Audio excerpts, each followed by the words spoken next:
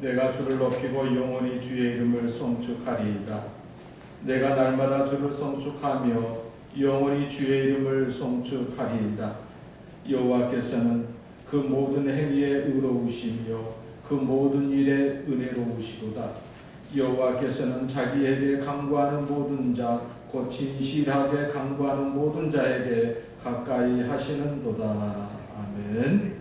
걸어가시고 자비로우신 아버지 하나님, 복된 성일을 맞이하여서 이 시간 주의 백성들 마음과 뜻과 정성을 모아 주의 아름다운 성산으로 모일 수 있도록 은혜 베풀어 주심을 감사를 드립니다. 혼란과 혼돈의 시대 속에서도 주의 전을 향한 저희의 믿음이 결코 변하지 않게 하시고 모이는 자리를 사모하는 자리, 그 귀한 자리를 갈망하는 그 믿음 흔들리지 않게 해주시어서 이 귀한 자리로 나올 때의 신령과 진정의 믿음을 가지고 나와 싸우니 이 시간 드리는 귀한 예배를 통하여서 오직 홀로 영광 받으옵시고 하늘의 신령한 은혜의 충만한 시간이 되어지게 하여 주옵소서.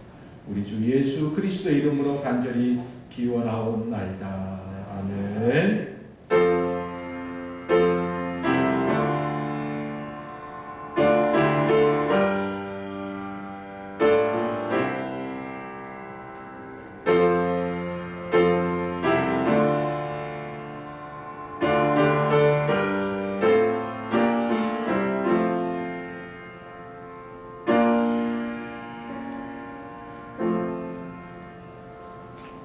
찬송가 9장 1절 찬송 드리겠습니다.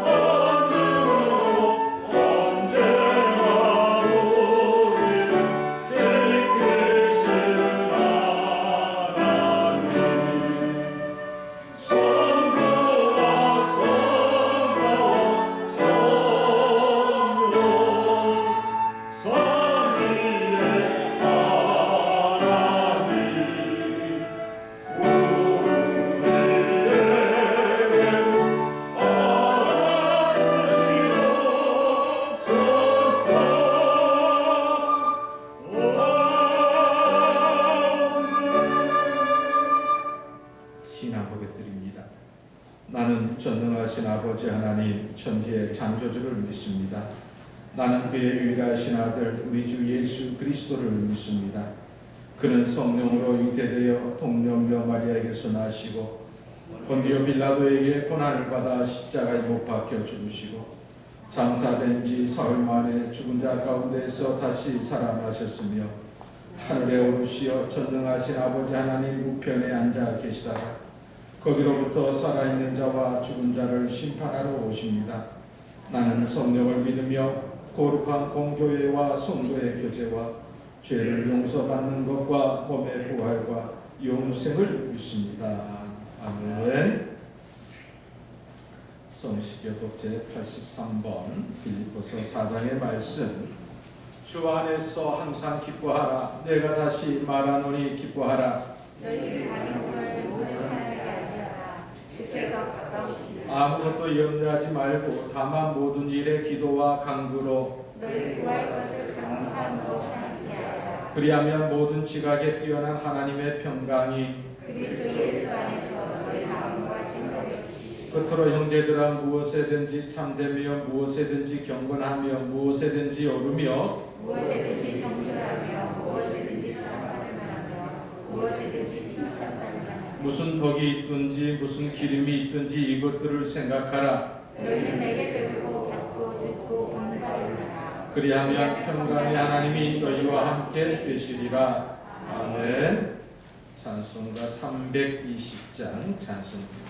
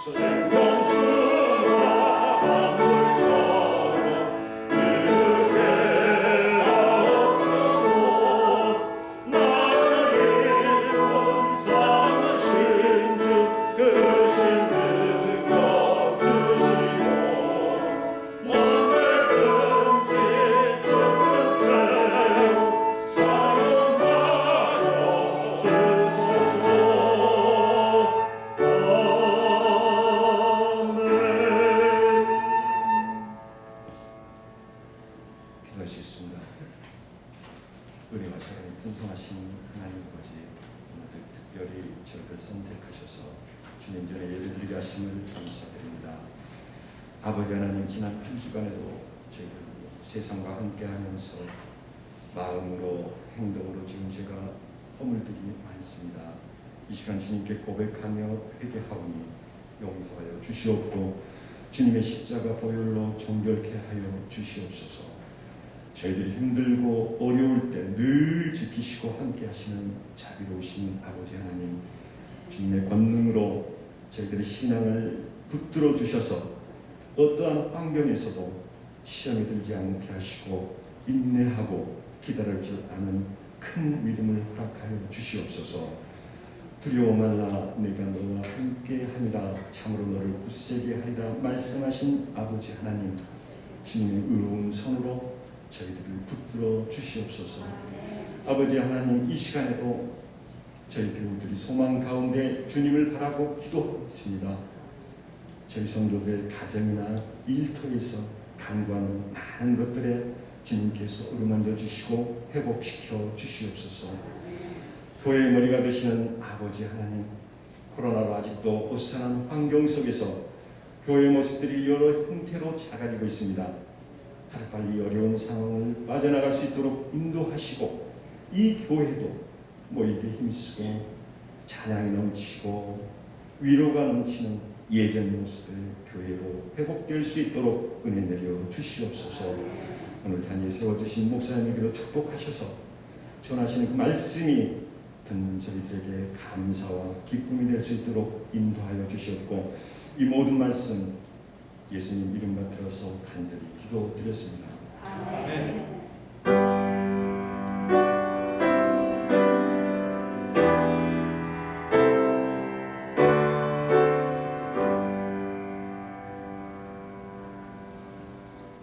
감사합니다. 이 시간 함께 보실 성경 말씀 사도행전 6장 1절로 6절까지의 말씀을 함께 보겠습니다. 신약 성경 195쪽, 196쪽 한 목소리로 같이 봉독하겠습니다. 그때 제자가 더 많아졌는데 헬라파 유대인들이 자기의 가부들이 매일의 구제에 빠짐으로 히브리파 사람을 원망하니 12사도가 모든 제자를 불러 이르되 우리가 하나님의 말씀을 제쳐놓고 젖대를 일삼는 것이 마땅하지 아니하니 형제들아, 너희 가운데서 성령과 지혜가 충만하여 칭찬받는 사람 7을 택하라. 우리가 이 일을 그들에게 맡기고 우리는 오로지 기도하는 일과 말씀 사역에 힘쓰리라 하니, 온 무리가 이 말을 기뻐하여 믿음과 성령이 충만한 사람 스데반과 또 빌립과 브로코로와 니가노루와 디몬과 바데나와 유대교에 입교했던 안디옥 사람 니골라를 택하여 사도들 앞에 세우니 사도들이 기도하고 그들에게 안수하니라. 아멘.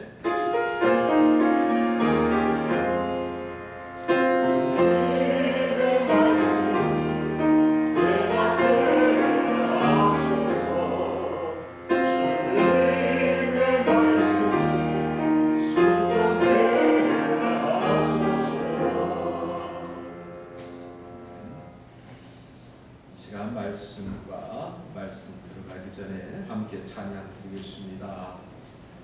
복음성가, 여러분 큰 복음성가 26번 빛을 들고 세상으로, 빛을 들고 세상으로. 찬양이 좀 어렵습니다만은 우리는 은혜로 찬양하고 또 가사로 또 은혜 받는 알겠습니다. 여러분도 함께 찬양하시도록 하겠습니다.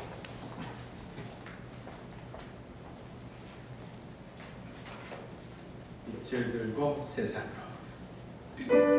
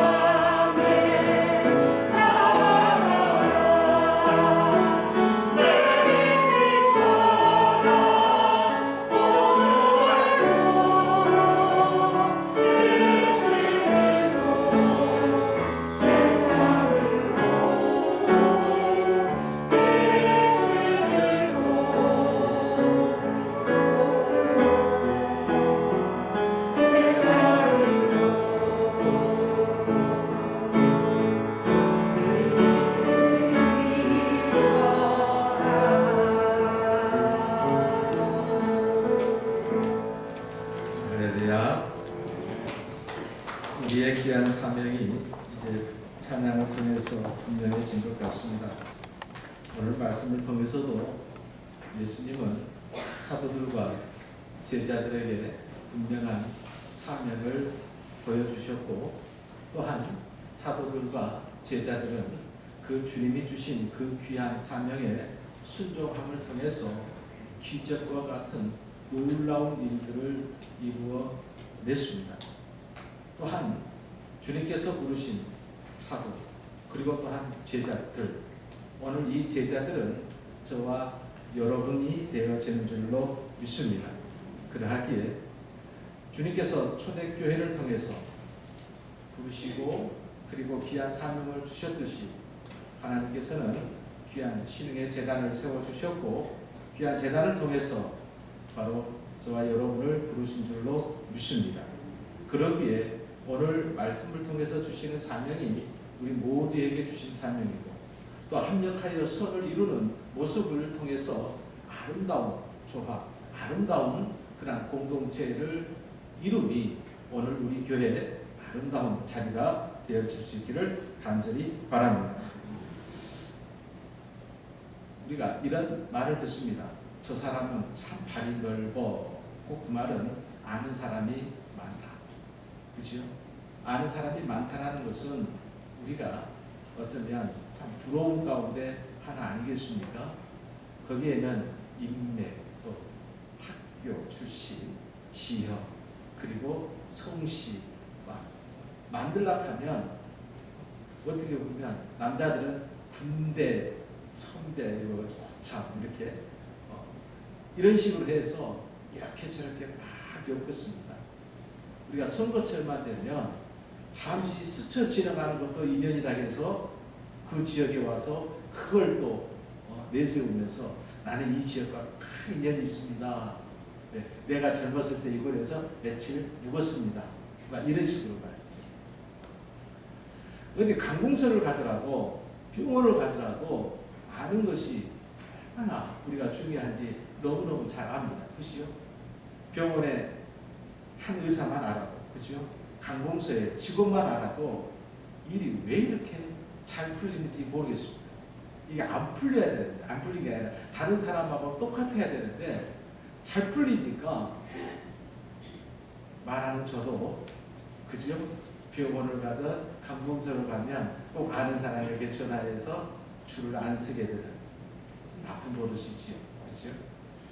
옛말에 팔이 안으로 굽는다 라는 말이 있고, 또 가재는 개편이라는 말도 있고, 우리말로 이걸 뭐라고 이야기하냐면 편례라고 이야기합니다. 편례. 그죠? 교회에서는 이 편례라는 것, 치우치는 것 어울리지 않아야 해요. 교회는 편례, 치우침보다도 공의라는 말이 어울려야 할 줄로 믿습니다. 특별히 오늘 본문에서도 나오지만요,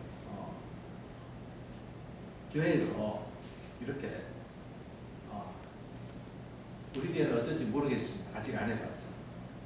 저는 아직까지 목회를 하면서 30년 목회 동안에 장로를 아직 세워보질 않았습니다.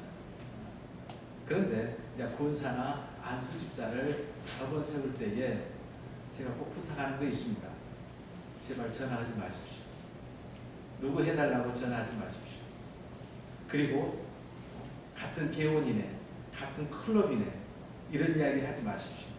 오직 하나님의 말씀, 그리고 하나님께서 주시는 그 깨달음의 계시를 쫓아 여러분이 말씀을 쫓아 선별할 수 있는 지혜를 달라고 기도하시기 바랍니다. 그렇게 해도 나중에는 이만큼의 후유증이 생깁니다. 그죠? 어쩌면 권사나 안수집사 뽑을 때에도 이만큼의 그런 불협화음 때문에 목회자는 굉장히 조심스럽습니다. 근데 장로라든가 또 그 외에 그런 피택할 때는 정말 굉장한 큰 마음 아니겠습니까? 그렇죠? 교회는 조화가 아름답습니다. 근데 그 조화에는 이 편중, 편애라는 말은 전혀 어울리지 않습니다.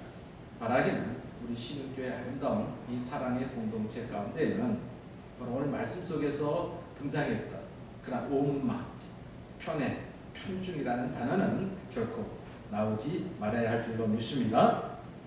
바로 크리스찬들이 세상에 나가서 꼭 그런 식의 교회에서 또는 세상에서 꼭 그러한 이걸 정치라고 합니다.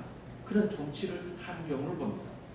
우리 크리스찬들은요, 세상에 나가서 그런 정치는 어울리지 않는 사람인 것을 분명히 보여야 할 줄로 믿습니다. 교회 공동체 안에 이제 믿는 자의 숫자가 나날이 늘어났습니다. 그런데 이런 일이 생겨버렸습니다. 교회에서 구제사역, 그러니까 국률사역이죠. 여기에 원망과 불평의 소리가 돌기 시작했습니다. 히브리어를 사용하는 본토 유대인들이 그리스어를 사용하는 유대인들을 편애했다, 소홀히 했다, 차별했다라는 것이죠. 그리스어를 사용하는 유대인들, 그러니까 디아스포라 유대인들이죠. 디아스포라 유대인들은 그 시작이 먼 과거로 올라갑니다. 우리가 잘 아는 바벨론 포로 시기 때부터 시작됩니다. 바벨론 포로 시기 때에 1차, 2차, 3차에 의해서 귀환이 되지 않습니까? 돌아온 사람들이 대다수였지만 돌아오지 않고 그곳에서 정착해버린 유대인들이 있었어요. 그 유대인들부터 부르기 시작한 명칭이 바로 디아스포라는 말이죠. 이렇게 저렇게 이 예루살렘을 떠나 있는 많은 유대인들을 디아스포라 유대인이라고 이야기를 합니다. 자, 몇 달 전 유월절을 통해서 예루살렘에 왔습니다. 이 예루살렘에 와서 말 그대로 여러 사도들을 통해서, 제자들을 통해서 예수님의 말복, 부활과 그리고 십자가, 그리고 성령께서 하시는 놀라운 일들을 목격하게 됩니다.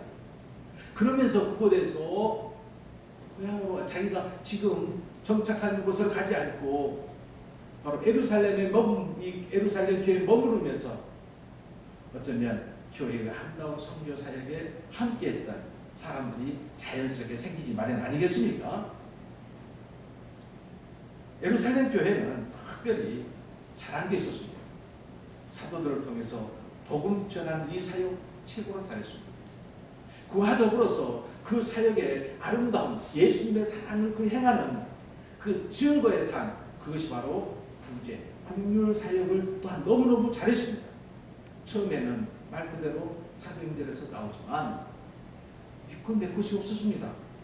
우리 모두의 것이었습니다. 왜? 우리 모두는 주님 안에서 한 형제고 한 가족이니까 니건 내 것이 어디가 있겠습니까? 그렇지요? 맞죠?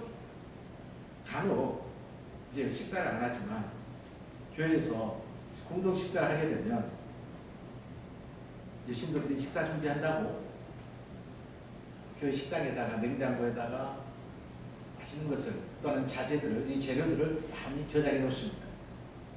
한 번은 김치가 많이 없어졌어요. 김치가. 그러니까 유신도 회장이 도대체 누가 김치를 가져가냐고, 그죠? 큰 소리를 냈습니다. 제가 그 이야기 했습니다. 여러분 가정에 냉장고에 요구르트든 야쿠르트든 맛있는 것이 있었습니다. 그런데 문을 열고 보니까 내가 제일 좋아하는, 그리고 온 식구들이 같이 먹어야 될 과일이든 그런 요구르트든 야쿠르트든 그런 것들이 없어졌습니다. 누가 먹을게요? 지나가는 사람이 먹을게요? 우리 가족들이 먹을게요? 우리 가족 중에 한 사람이 먹었겠죠? 그렇죠? 그럼 잘 먹었다고 해야 돼요? 야단을 쳐야 돼요? 잘 먹었다고 해야 되죠. 왜? 우리 가족이 먹었으니까. 바로 교회도 그런 것입니다. 교회도. 교회 식품 가운데에, 재료 가운데 뭐가 없어지면 누가 가져갔어요? 우리 교인이 가져간 거죠. 우리 식구들이 가져간 거지요. 그럼 잘한 거예요. 필요했으니까 가져간 거겠지. 그러잖아요. 지나가는 사람들이 가져갔으면 못 가져가게 해야겠지만 내 식구, 내 형제가 가져갔으니까 그거는 큰 소리 칠 일이 아니죠. 맞죠? 우리 교회에서는 그런 큰 소리가 이제 안 나올 것 같습니다. 그렇죠? 초대교회에서는 바로 그렇게 시작을 했단 말이에요. 내 식구, 내 형제가 어려운 가운데 있으니까 기꺼이 내 것을 가져다가 바로 함께 나눴단 말이에요. 근데 수가 많아지니까, 그리고 함께 나눈 것은 적고 수는 많으니까 이게 공평하게 나누는 것에 대해서 집중을 해야 되는데 그걸 못했단 말이죠. 그러다 보니까 말 그대로 팔이 안으로 굽는다든가 가재는 개편이라는 말처럼 이게 이 일을 하는 사람들에 의해서 자기가 가장 가까운 사람, 내가 아는 사람, 같은 지역에 있는 사람, 이 사람부터 챙기기 시작하니까 멀리서 온 사람들이 소외를 받게 되더란 이야기예요. 여기에서 이제 원망이 시작되어지는 것 아니겠습니까? 여러분, 교회는 참 주인이 바로 머리 대신 예수님이십니다. 그렇죠? 그리고 성령의 역사하심, 충만하심 속에서 교회는 날로 성장하게 되었습니다. 성령의 충만함이 성도들의 마음을 감동시켜서 니건 내 것 없이 모든 것을 다 내어놓고 모든 형제들이 나누어 갈 수 있도록 그런 넉넉한 마음의 여유까지 갖게 했습니다. 그런데 왜 이런 일이 생겼을까? 그렇죠? 오늘 말씀을 이제 보게 되면, 자, 사도행전 1장 말씀이지요? 1장 말씀이죠. 이 말씀을 이제 직역이라는 것은 헬라어 성경을 그대로 낱말 그대로 직역을 한 거예요. 함께 보겠습니다. 시작. 그리고 이날에는 제자들이 증가하면서 헬라인들의 불평이 히브리인들을 향해 발생했다. 왜냐하면 그들의 가부들이 매일의 구제에서 소원이 되고 있었기 때문이다. 쉬운 성경은 더 쉬울 것 같습니다. 자, 날이 갈수록 제자들의 수는 늘어만 갔습니다. 그 무렵에 그리스어를 사용하는 유대인들이 히브리어를 사용하는 유대인들에게 불평을 늘어놓았습니다. 그것은 히브리어를 사용하는 본토 유대인들이 매일 음식을 나눠줄 때 그리스어를 사용하는 유대인 가부들에게는 관심을 쏟지 않아 그들이 배급을 제대로 받지 못했기 때문입니다. 이런 일이 생겼다 이거예요. 저기에서 우리가 제자가 나옵니다. 제자. 여기서 제자는 헬라어로 마데톤이라는 말인데요. 이 제자는 어떤 사람들이 제자입니까? 예수님을 구주로 고백한 사람들이었습니다. 그리고 예수님을 구주로 고백할 뿐만 아니라 예수님의 말씀대로 신앙 공동체 안에서 주의 말씀 속에서 주의 사랑을 나누는 모든 사람을 일컬어서 뭐라고요? 제자라고 그랬어요. 이게. 자, 초기의 제자는 우리가 12제자 그러지 않습니까? 이 제자하고 지금 본문에서 제자는 달라요. 본문에서 제자는 어떤 제자라고요? 예수님을 구주로 고백한 모든 크리스찬, 그리스도인들을 제자라고 그랬어요. 그렇다면 오늘 저와 여러분 예수님을 구주로 고백합니까? 안 합니까? 고백하죠. 아멘? 그럼 저와 여러분은 다 어떤 자리에 있는 거예요? 제자의 자리에 있는 거라 이 말이에요. 말 그대로 바로 이 제자들을 통해서 제자들이 날로 늘어났다. 뭔 말이에요? 예수님을 구주로 고백한 믿는 신앙인들이 이제 뭐가 되어서 제자라는 부분들은 고백과 삶이 하나가 되어지는 자리란 말이에요. 날로 늘어났다. 단순히 예수님을 따르는 군중, 예수님을 따르는 무리가 아니라 예수님을 제대로 나의 구주로 고백하고 그 고백이 내 삶 속에 그대로 적용되는 사람들이 날로 늘어났다. 이것은 말 그대로 지금의 교회가 예수님의 말씀에 온전히 이루어짐이 날로 지금 형통되어지고 있다는 것을 보여주는 거다 이 말이에요. 그렇죠? 자, 어쩌면 사도들의 복음의 증거의 혼신의 노력이 이제 로마 제국 전반에 흩어진 바로 유대인들 그 모두까지라도 지금 포함되어 가고 있음을 분명히 이야기하고 있다는 이야기예요. 자, 하나님의 말씀, 예언의 말씀 하나하나는 분명히 이루어지는 놀라운 역사가 있는 줄로 믿습니다. 이사야서 11장 2절 말씀 함께 봅니다. 시작. 여호와께서 열방을 향하여 기치를 세우시고 이스라엘에 쫓긴 자들을 뭐 하시고 모으시고 땅 사방에서 유다에 흩어진 자들을 모으시리니 바로 예수의 복음을 통해서 모아지는 제자가 되어지는 역사가 시작되어지는 것을 증거하고 있습니다. 근데 여기서 보면 자 제자가 있고 맨 마지막에 뭐가 있냐면 원망이라는 말이 있어요. 원망. 그거 보면 자 원망하니 여러분 원망은 분열의 씨앗입니다. 이 원망이 왜 생기겠습니까? 이 원망이라는 말은 바로 공기스모스라는 헬라어인데 이 말이 어디에 처음 등장하냐면 70인역에 등장해요. 이 70인역이 우리가 잘 출애굽의 사건 속에서 그들이 이스라엘 백성들이 모세와 아론을 향하여 또는 여호와를 향하여 끊임없이 불평과 원망했다는 말이 있죠. 저 단하고 똑같아요. 그 원망이란 뭔 말이에요? 내가 원하는 대로 바로 되어지지 않는다. 내가 원하는 만큼 채워지지 않는다. 내 뜻대로 내 의지대로 되어지지 않는다. 이게 원망의 시작이 되어지는 거예요. 이게 원망의 시작은 어디로부터 시작하는 거예요? 나로부터 시작하는 거예요. 기준이 나예요. 내가 원하는 대로, 내가 추구하는 대로, 내가 목적하는 대로 되어지지 않으므로 원망이 시작되는 거예요. 이게 원망의 시작은 어디라고요? 나 자신으로부터 시작된다고요. 그죠? 여러분 곰곰이 생각해 보십시오. 어쩌면 오늘 이 본문 속에서 원망이 다른 사람은 다 봤는데 나는 받지 못해. 그죠? 그걸 지켜보고 있는 같은 형제들이 이게 어찌된 일이냐. 이러면 안 되지. 그거 아니겠습니까?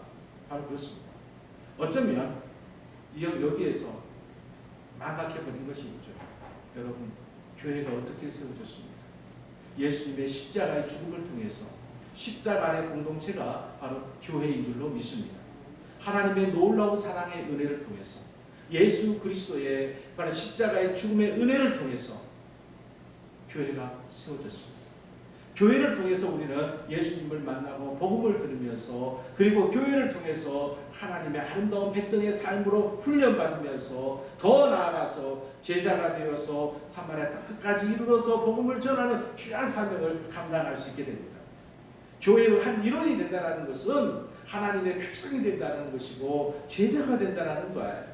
여러분 한 끼 두 끼의 그런 배고픔과 그지요? 배고픔에서 오는 그런 아픔과 서러움과 그리고 주님으로부터 받은 은혜가 비교가 됩니까? 안 됩니까? 비교가 안 되죠.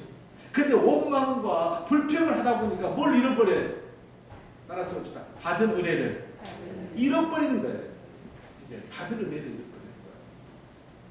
여러분 우리가 망각하지 말아야 될 것이 있어요. 바로 어떤 두 가지 꼭 기억합시다. 나는 누구인가? 잃어버리면 안 돼요. 나는 누구인가를 어떤 경우, 어떤 환경 속에서도 이걸 잃어버리면 안 돼요. 그죠? 그리고 또 하나 잃어버리지 말고 이 자리가 어떤 자리인가를 망각하면 안 돼요. 이게 그죠? 자, 나는 누구인가? 나는 하나님의 백성이요, 하나님의 자녀요, 하늘의 기업을 이을 자라. 내가 세상의 어떤 환경과 조건 속에서 원망과 불평을 나올 수밖에 없는 그런 상황 속에서라도 잃어버리지 말아야 될 것은 나는 누구인가? 출애굽한 이스라엘 백성들이 물이 없어요. 먹을 양식이 없어요. 끊임없이 침략자들은 달려들어요. 그런 환경 속이라도 누가 인도해 주셨고 하나님이 인도해 주셨고 앞으로 누가 인도해 주시고 하나님이 인도해 주실 것이고 너는 하나님의 백성이고 우리는 하나님의 군대라는 사실을 기억했더라면 원망과 불평이 나올 수 있어요? 없어요? 나올 수 없잖아요. 그렇죠? 바로 그런 거예요. 원망과 불평 그 전에 언제나 기억해야 될 것이 있어요. 하나님께 우리 주님께 받은 은혜 성령의 역사를 믿는 그 마음만큼은 바로 잊어서는 안 될 줄로 믿습니다. 바로 그렇습니다. 어쩌면 우리가 이러한 사실을 늘 알고 기억하고 가슴에 새겨도 끊임없이 잊어버린 것이 우리 또 신앙의 여정이잖아요. 어쩌면 우리의 믿음 생활을 개개인으로 돌아보면 그 답이 나올 것 같습니다. 우리가 은혜를 받고 성령을 체험했다고 해도 우리가 가지고 있는 이 본성이라는 것이 쉽게 변화됩니까? 사실은 우리의 본성, 우리는 천성이라고 이야기하는데 이런 이야기 하잖아요. 저 사람은 타고난 성격이야. 결코 변하지 않아. 라는 이야기를 많이 합니다. 그러나 저는 분명히 이야기합니다. 타고난 성격이라 할지라도 부모에게 받은 그 유전자적 성격이라 할지라도 성령의 충만함 속에서는 안 변한다. 변하게 되어 있어요. 변하게 되어 있어요. 신학자들은 이것을 뭐라고 이야기하냐면 성화의 과정이라고 이야기합니다. 성화의 과정. 한 사람의 습관, 한 사람의 체질이 변화되는 것이 한순간이 아니잖아요. 1년, 2년, 10년, 20년, 30년. 그래서 내 체질이 만들어지고 내 성격이 만들어지는 거 아니겠어요?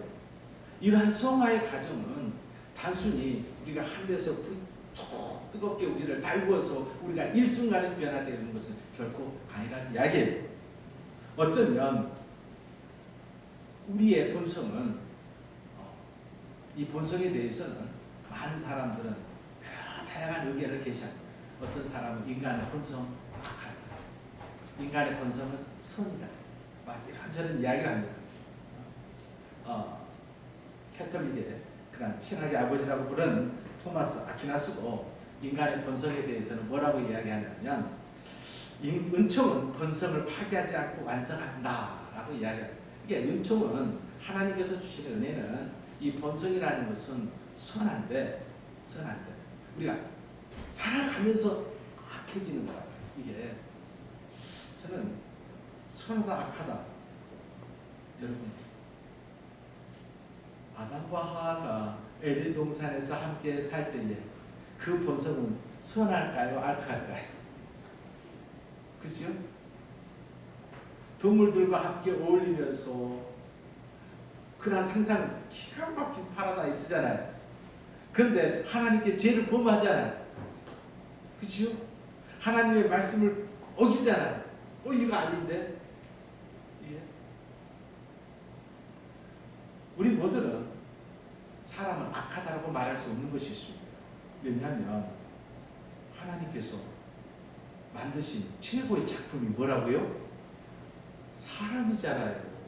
하나님이 만드신 최고의 작품, 이 작품을 만들고 난 후에 좋다 너무 좋다 감탄을 하신 것이 다른 작품을 만들고는 이렇게 감탄하지 않았다고요.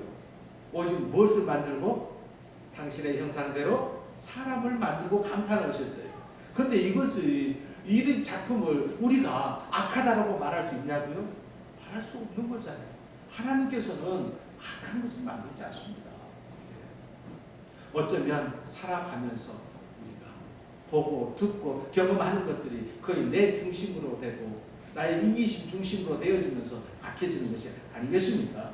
자, 어쩌면 우리는 완전함을 추구하며 사는 존재일 뿐 아니겠어요? 그렇죠? 완전함. 특별히